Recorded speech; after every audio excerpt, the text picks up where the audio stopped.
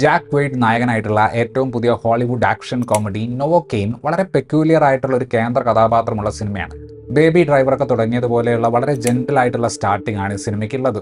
ഹീറോയുടെ ഒരു പ്രത്യേക കണ്ടീഷനും എംപത്തിയുള്ള റൊമാൻറ്റിക് റിലേഷൻഷിപ്പും എല്ലാം നമ്മളെ ആ സിനിമയിലേക്ക് അട്രാക്ട് ചെയ്യുന്നുണ്ട്. എന്നാൽ സിനിമയിലെ പ്രധാന ഇവന്റ് നടന്നതിന് ശേഷം കഥയുടെ സ്വഭാവം ഒരല്പം ജനറിക്കായി മാറുന്നുണ്ട്.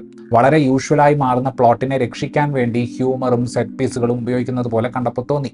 ചില ഹ്യൂമർ ഭാഗങ്ങൾ തരക്കേടില്ലാതെ വർക്ക് ചെയ്യുന്നത് കൊണ്ട് നോവോക്കെയിൻ നമ്മളെ മുഷിപ്പിക്കാത്ത ഒരു പോപ്കോൺ എന്റർടൈനർ ആയിട്ട് മാറുന്നുണ്ട്. നെയ്തൻ കെയ്ൻ എന്ന ബാങ്ക് ഉദ്യോഗസ്ഥനാണ് നമ്മുടെ കേന്ദ്ര കഥാപാത്രം. വേദന അനുഭവിക്കാൻ പറ്റില്ല എന്നൊരു മെഡിക്കൽ കണ്ടീഷൻ ഉള്ളത് കൊണ്ട് നെയ്തൻ ചിട്ടയായ ഒറ്റയ്ക്കുള്ള ഒരു ജീവിതമാണ് നയിക്കുന്നത്.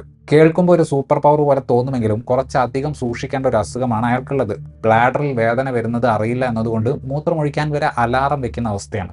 കാര്യമായി സോഷ്യലൈസ് ഒന്നും ചെയ്യാത്ത അയാളുടെ ജീവിതത്തിലേക്ക് ഷെറി എന്ന സഹപ്രവർത്തക കടന്നു വരികയാണ്. ആ പ്രണയം ഒന്ന് പൂവിടാൻ തുടങ്ങുമ്പോഴേക്കും അവർ രണ്ടുപേരും ജോലി ചെയ്യുന്ന ബാങ്കിൽ ഒരു കവർച്ചാ ശ്രമം നടക്കുന്നു. അതിനുശേഷം നടക്കുന്ന കാര്യങ്ങളാണ് നമ്മൾ ഈ സിനിമയിൽ കാണുന്നത്. ഇൻട്രോവേർട്ട് ആയിട്ടുള്ള നായകൻ അയാളെ മനസ്സിലാക്കുന്ന ഒരു വ്യക്തിയെ കണ്ടെത്തുന്നു. ആ കണ്ടെത്തിയ ആൾ അയാളെ നല്ല രീതിയിൽ ട്രീറ്റ് ചെയ്യുന്നു. ഇങ്ങനെ റൊമാൻറ്റിക് ആയിട്ടുള്ള ഭാഗങ്ങളൊക്കെ സംവിധായകരായിട്ടുള്ള ഡാൻ ബെർക്കും റോബർട്ട് ഓൾസനും നല്ല രീതിയിൽ തന്നെ അവതരിപ്പിച്ചിട്ടുണ്ട്. ഞാൻ നേരത്തെ പറഞ്ഞതുപോലെ ബാങ്കിൽ നടക്കുന്ന മോഷണവും അതിനുശേഷം ഉണ്ടാകുന്ന രക്തച്ചൊരിച്ചിലുമാണ് സിനിമയുടെ കോർ ഏരിയ. സിനിമയുടെ നടുഭാഗത്ത് വെച്ച് നമ്മൾ കാണുന്ന ട്വിസ്റ്റ് ഓൺ പേപ്പർ രസകരമാണെങ്കിലും ആകമൊത്തത്തിലുള്ള ഒരു ധൃതി ടെൻഷൻ മൊമെന്റുകളെ വേണ്ട രീതിയിൽ അവതരിപ്പിക്കാൻ സിനിമയെ സഹായിക്കുന്നില്ല. പടം ഒന്ന് ഗിയർ മാറ്റുമെന്ന് നമ്മൾ വിചാരിക്കുന്ന ഘട്ടത്തിൽ റോബറി അന്വേഷിക്കുന്ന പോലീസുകാർ തമ്മിലുള്ള സംസാരത്തിലെ കോമഡിയൊക്കെ കടന്നു വരുന്നുണ്ട്. വളരെ ഫോഴ്സ്ഫുൾ ആയിട്ട് അത് ചെയ്തു വെച്ചതുപോലെ തോന്നി. അതേപോലെ സിനിമയിലെ വില്ലന്മാർ കുറച്ചധികം ആനിമേറ്റഡ് ആയിട്ട് ഫീൽ ചെയ്തു.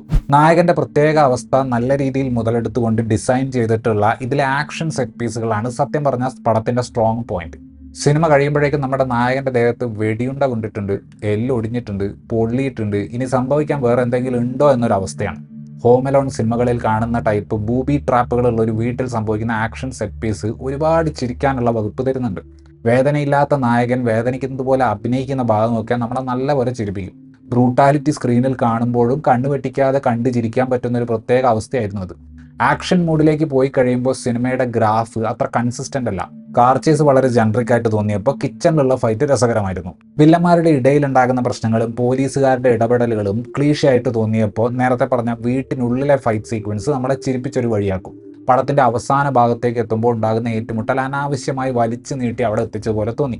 ബോയ്സ് സീരീസിൽ പ്രധാന കഥാപാത്രമായ ഹ്യൂയിയെ അവതരിപ്പിച്ച ജാക്ക് വെയ്ഡ് ഇതിലും നായക കഥാപാത്രത്തെ ഭംഗിയായിട്ട് തന്നെ അവതരിപ്പിച്ചിട്ടുണ്ട്. ഒരർത്ഥത്തിൽ ഹ്യൂയിക്കും നേതനും തമ്മിൽ ചില സാമ്യങ്ങളുണ്ട്. ബോയ്സിൽ പുള്ളി അവതരിപ്പിച്ച കഥാപാത്രത്തിന്റെ വേദനയില്ലാത്ത വേർഷനാണ് നേതൻ എന്ന് വേണമെങ്കിൽ പറയാം.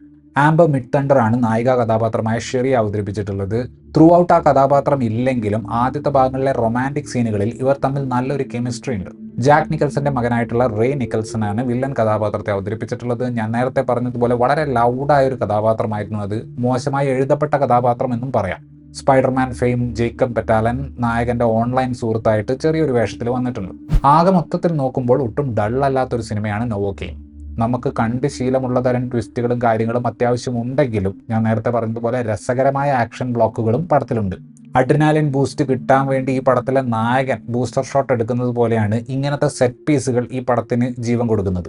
മുഷിപ്പിക്കുന്ന ഭാഗങ്ങളില്ലാത്ത 110 മിനിറ്റ് മാത്രം ദൈർഘ്യമുള്ള ഒരു നിരുപദ്രവ പോപ്കോൺ എന്റർടൈനറാണ് നോവോക്കെയിൻ. ഇത്രയുമായിരുന്നു ഈ സിനിമയെക്കുറിച്ചുള്ള എൻ്റെ റിവ്യൂ. വീഡിയോ ഇഷ്ടപ്പെട്ടാൽ ലൈക്ക് ചെയ്യുമെന്നും കൂടുതൽ ഇത്തരത്തിലുള്ള വീഡിയോകൾക്ക് വേണ്ടി ചാനൽ സബ്സ്ക്രൈബ് ചെയ്യുമെന്നും പ്രതീക്ഷിക്കുന്നു. താങ്ക്